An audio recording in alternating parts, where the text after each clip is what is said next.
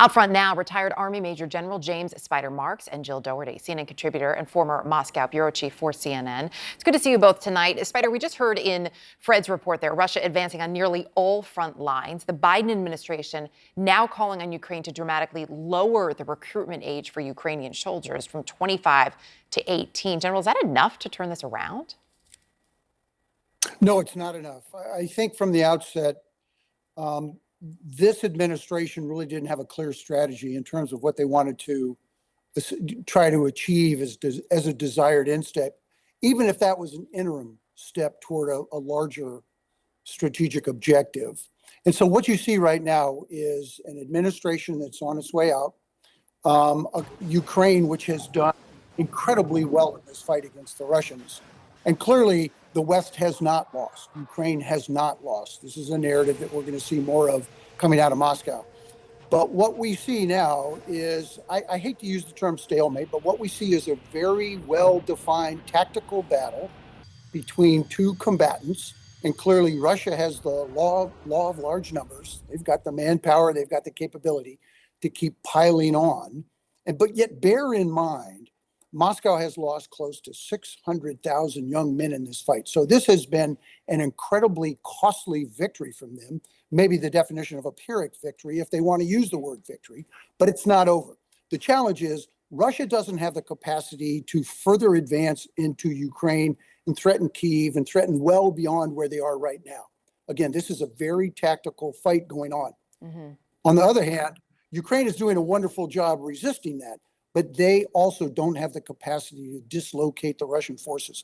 So we're going to see this level, this volume of this intensity of fighting through the change of administration, where a negotiated settlement clearly will be on the table. We're also hearing more and more, right, in hearing directly from Russia. Russian state TV today saying the U.S. is directly responsible for Ukraine's attacks inside Russia. Also this, mocking the U.S. Take a look. Biden pardoned 2 turkeys. It's so touching, right?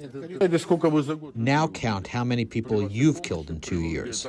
With your help, with your participation and provocation, you're killing millions of people and pardoned 2 turkeys.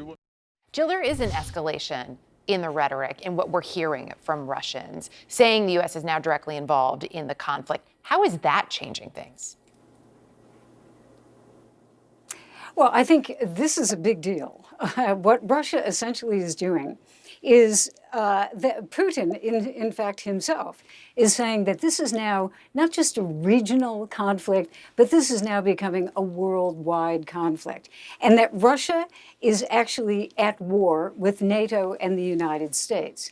And so if you play that out, what they're saying is, for a second, set aside Ukraine, but just look at what Putin is trying to say. We can go after the United States. We can go after NATO. And this is where you get that asymmetric war rhetoric that we just heard a couple minutes ago. Mm-hmm. They can strike by carrying out sabotage in Europe. They could do something in Asia. There are a lot of things that they can do. They recently may have taken some steps in the Baltic Sea. So this is where it gets dangerous. But again, part of this is that the United States, we could argue that Biden held himself back because of his fear that it would go too far. And that temporizing ultimately was a bad policy. So this, I think the West has to be realistic, as Spider was saying, how dangerous this is. But on the other hand, it can't necessarily have Putin dictate and, make the West so afraid that it's incapable of taking any action. And to that point, as we look at what may be to come, some of the reporting, which I hope you both heard from Oren Lieberman about some of what is being looked at, Donald Trump announcing General Keith Kellogg set to serve as his special envoy for Ukraine and Russia. Before we talk too much about what we've heard in terms of his proposals, Spider, you know him well. You served with him several times. Do you think he is someone who could be able to bring this war to an end? Well, the thing about Keith Kellogg is he was an incredibly competent, very energetic, smart soldier.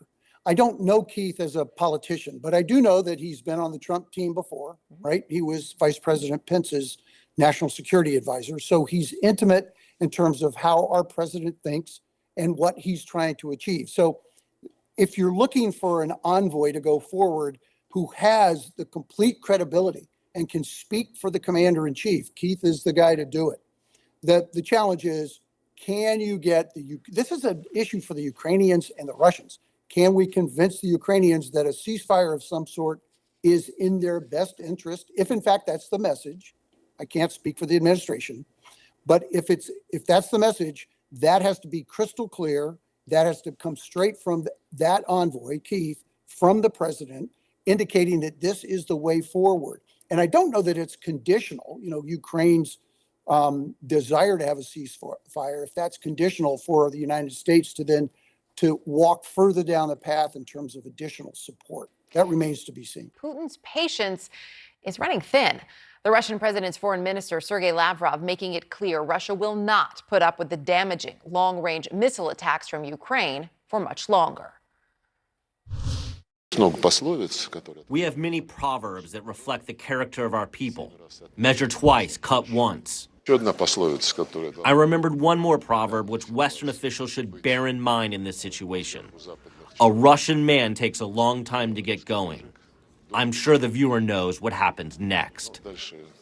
What is next? Putin has, of course, put the U.S. on a nuclear notice, and Moscow is wasting no time mass-producing nuclear shelters. Just take a listen to what they're saying now on state TV.